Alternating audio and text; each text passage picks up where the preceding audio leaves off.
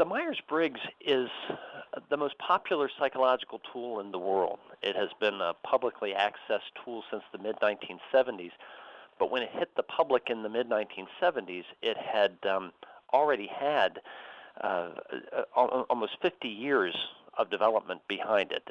It started with Carl Jung's work in the early 1920s, and so it has been around for a long time in theory and for decades in practice.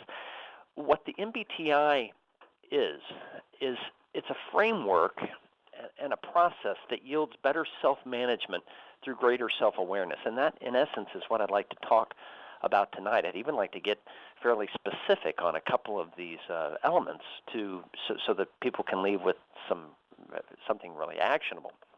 But it's a process of yielding better self-management through greater self-awareness. It's also a self-administering tool, and that's important because this is not designed to be a psychological test that looks at how skilled you are in anything or your abilities in anything. It's not something that actually enables you to kind of reflect your emotional health or intelligence in any way.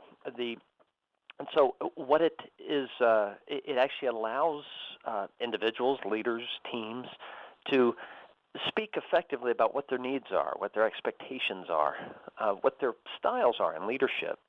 I use this tool with attorneys frequently to talk about the interaction that they have and tend to have with each other, with peers, with authority, with clients, because it actually helps provide, if you have some sense of what your style is, it helps give you more choices behaviorally, and that, again, lead to better self-management and greater self-awareness. And so that's what I'd like to discuss as we go forward, is what type is and how it can actually be helpful and useful. The thought is when people kind of embrace type, kind of give it a chance and see how much actually it speaks to them, what a good template it is, a common next step is to say, well, we need to use this in more organizationally. We need to use it in our hiring. We need to use it in our training. The problem with using it in hiring is that, remember that this model talks about how you what your preferences are. It does not speak to what you're good at. It doesn't really speak to behaviors that you can or will necessarily show me, because behavior is a choice. Skill set is a choice. This is something that goes beyond choice. And so to answer specifically the question, diversity, I think, generally yields better performance. And so having a mix of, in this case, extroverts and introverts, having a mix of thinkers and feelers, where we're going next, I think that kind of diversity can only help the job, the engagement, the end product. That's not to say that that you should go out and hire, we have too many extroverts, we need to go hire some introverts.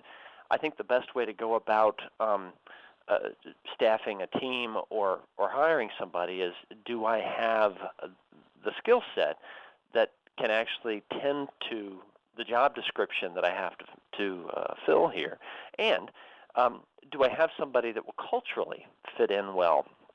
Now, where type can come in is that once this person is hired, we can take a look at preferences and take a look at, now, how can we be attentive to the needs, the typological needs that we have? For instance, I would rather have an extrovert in my employ that is self-aware, that's aware of her preferences and what she needs to work on in terms of extroversion and introversion, and be sensitive to that, than I would just to have an introvert who isn't. And so I think having typological awareness to make sure that I'm working to be as balanced and self-aware in my behavior and choices as possible, that's the goal, not for me to go around and and hire the right combination of letters. Okay, that brings up the last question here. Is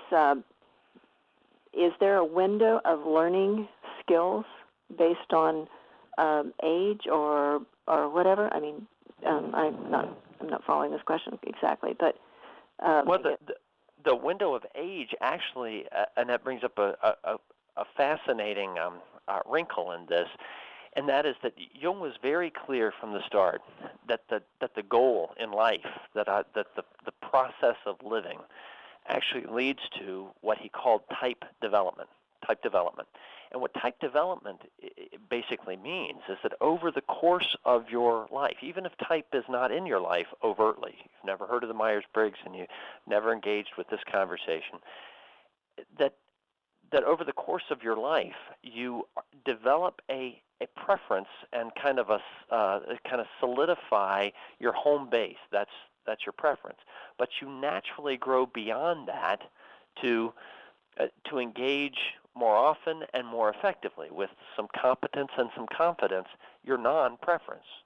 And so if your preference is for extroversion, that over the course of life you would naturally be more able to engage with introversion and more comfortable with that, even finding pockets of your life where you find it to be attractive and beneficial for you.